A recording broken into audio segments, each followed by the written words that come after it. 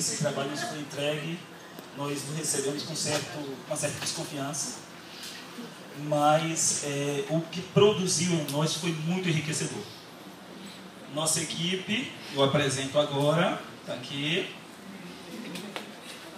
Não é essa.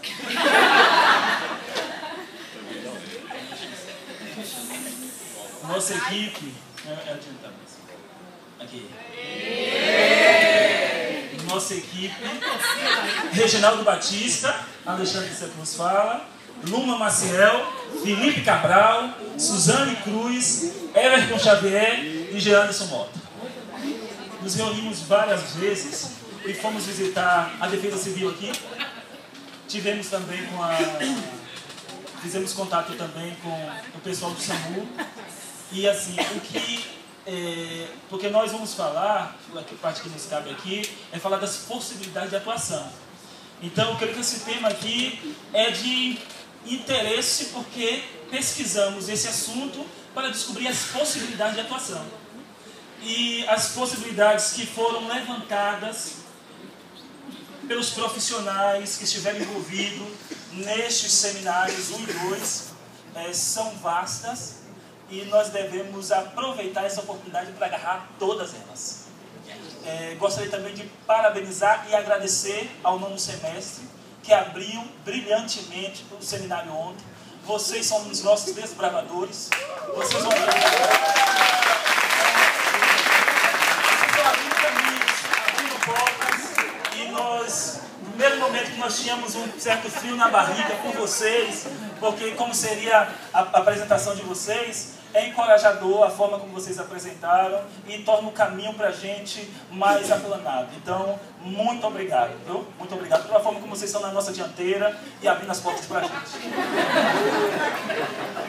Bem, colegas, nós vamos falar agora desses 3 aspectos que englobam a atuação dos psicólogos. Os psicólogos atuarão nesses três tempos, nessas 3 etapas. Na prevenção e preparação, na resposta e na reabilitação e reconstrução. Historicamente, a atuação do psicólogo tem sido nessa 3ª fase, reconstrução. Esse o que se espera é até aí onde se via a parca, a tímida presença do psicólogo, mas se encontravam aí. Agora, uma outra perspectiva, esses seminários nos trouxeram, e o conhecimento que cavamos durante as aulas da professora Eliana nos possibilitou enxergar um campo ainda maior, o campo da prevenção. O primeiro momento, na prevenção e preparação. Ali, porque o anexo 2, ele elenca uma série de campos para a atuação dos psicólogos, como a participação nos processos de atenuação dos desastres, na elaboração de mecanismos de contingências, na organização de procedimentos e processos de auxílio à população com maior vulnerabilidade, a capacitação de equipes da Defesa Civil e a capacitação de equipes do SUS para assistência aos afetados, a organização de simulados de desastres. Não culturalmente, nós não vemos isso. Mas eu diria que o psicólogo de emergência e desastre deve trabalhar no movimento de contracultura. Porque o que sabemos é fechar a porta depois que somos assaltados. Nós repetimos isso. A atuação, depois de assaltados, as pessoas colocam grade na casa. Então nós crescemos nessa cultura. E Ângela Coelho, ela escreveu um artigo que fala dessa perspectiva de risco na questão da seca. Ela vem falar muito das ações voltadas a essa perspectiva social. E vocês vejam, Molina, que os colegas usaram bastante ele aqui, ele fala da sociedade chilena, e ele fala das ações que acontecem. Ele vai falar de um pré-desastre, durante a emergência e o pós-emergência, que são esses 3 pontos que nós falamos há pouco. Agora, é importante, como psicólogo, nós sempre buscarmos a compreensão da relação pessoas-espaço. ir na defesa civil, porque pensamos que o trabalho da defesa civil vai se dar somente e tão somente quando chega o desastre, nós vemos aquelas pessoas com colete. Mas cotidianamente, os profissionais de defesa civil, quando visitamos, foi isso que eles falaram, cotidianamente eles estão avaliando locais de risco. São pessoas com rachadura na casa, são pessoas que têm dificuldade num barranco, que não espera a chuva. Agora, você tirar esse profissional de sua casa e a relação que eles têm com aquela casa, como foi o trabalho para fazer aquela laje, aquele puxadinho, ali está todo o trabalho do provedor do lar, isso tudo tem uma relação subjetiva muito grande com aquela família. E esses profissionais de defesa civil, eles fazem essa visita constantemente. A prefeitura aqui, ela concede uma bolsa, é um programa da Secretaria Social, uma bolsa de R$200, uma ajuda de custo de R$200 para o aluguel da casa. Essas pessoas, tem aqui tá, uma faixa salarial, foi passado para a gente, essas pessoas, eles vão, oferecem este recurso. Mas quem disse que elas aceitam? Não é tão fácil assim. Sair daquilo que é dela, do espaço que é dela, a questão da memória do local. Então, é necessário, o psicólogo pode atuar na criação de núcleos comunitários de defesa civil. Não penso que isso pode esperar do poder público para nós, já que os colegas desbravadores, para nós que queremos atuar, nós podemos provocar a criação desses núcleos junto à sociedade de bairros, talvez uma sociedade de bairro que nós moramos. A criação com aqueles que são mais envolvidos, conseguimos marcar com o pessoal, vou interromper aqui, o pessoal, um treinamento com o rapel. O nosso grupo vai, quem tiver interessado, com o pessoal do SAMU aí, vai participar com a gente. Tudo isso são práticas que estão extramuros. Uma coisa que vai sempre ser comum nessa etapa é capacitação, treinamento.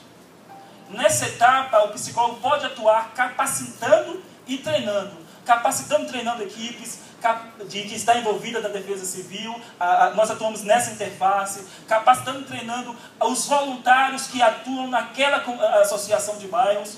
Uma coisa muito importante que nós vamos encontrar nos teóricos que falam aí é a questão da percepção de risco. É muito relativo isso. Nessas comunidades, eles entenderem, e Lana falou disso aqui, eles entenderem a percepção social que eles têm da onde eles moram. Então, o que é risco para eles? Moram pendurado no morro, mas de lá de cima do morro tem uma visão muito show. Eu estava na Barra e a gente vê em alguns lugares tem invasões, mas de lá da invasão tem vista melhor do que muitos apartamentos para o mar. Qual é a percepção de risco que tem essa pessoa que mora neste local? Então, nós precisamos trabalhar nesse sentido. Nesse ponto ainda, eventos, falando de eventos que desastres naturais, eles não desencadeiam necessariamente desastres. Desastres naturais. Os eventos, necessariamente, eles não são desastres naturais. Interessante isso, né? Como assim? Porque, vejam, na verdade, desastre, ele é o resultado do não gerenciamento das ameaças. Então, aí entra o profissional psicólogo num trabalho comunitário para perceber, fazer com que as pessoas daquela comunidade percebam os riscos daquela comunidade. É um trabalho que se faz com a comunidade. É espaço para a atuação do psicólogo. Nós podemos caminhar mais. E no segundo momento, Molina vai dizer esse momento de resposta, que é o momento durante a emergência. Durante a emergência. Nesse momento, queridos, como o psicólogo pode atuar? Na organização e participação da análise dos cenários, na orientação visando restaurar o cotidiano da população afetada. E como que é possível isso? Porque eles precisam voltar à sua rotina. Mas lá, o psicólogo, como ele conhecedor das fases do desenvolvimento humano, conhecendo a importância que há nos vínculos, o psicólogo conhecendo a preservação, que a preservação dos laços é importante para preservar o equilíbrio psíquico. Ele vai promover ações nesse ambiente insalubre pela circunstância, promover ações que garantam a essas pessoas permanecerem juntas. Famílias nos alojamentos permanecerem juntas. O profissional que terá a capacidade de ter esse olhar é o profissional psicólogo. Então nós temos que entender a nossa atuação sempre numa equipe multidisciplinar.